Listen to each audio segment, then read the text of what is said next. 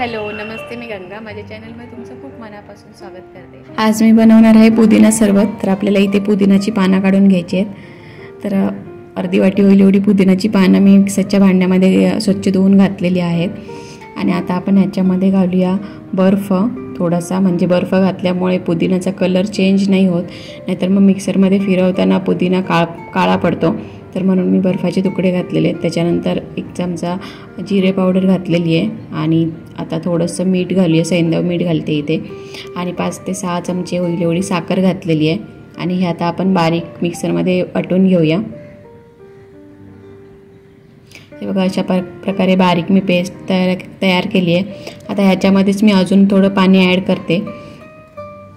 जवळपास 3 ग्लास पाणी ॲड केलेले आहे छोटी.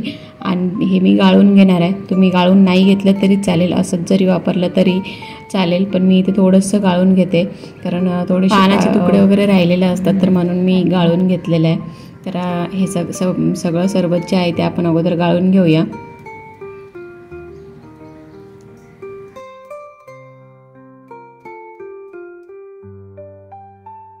सरबत सगळं गाळून घेतल्यानंतर मी याच्यामध्ये 1 लिंबू पिळून घालते. हे तुम्ही मिक्सरमध्ये फिरवताना जरी लिंबाचा रस घातला तरी चालेल.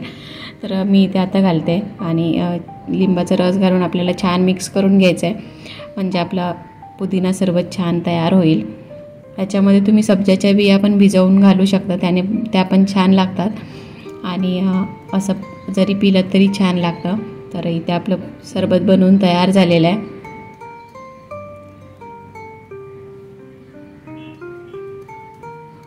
आणि गाळून घेतल्यामुळे बघा किती छान दिसतंय.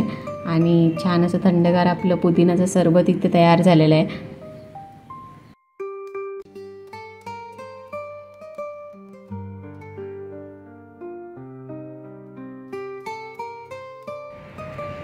आजचा हा व्हिडिओ तुम्हाला कसा वाटला ते मला नक्की कमेंट करून सांगा.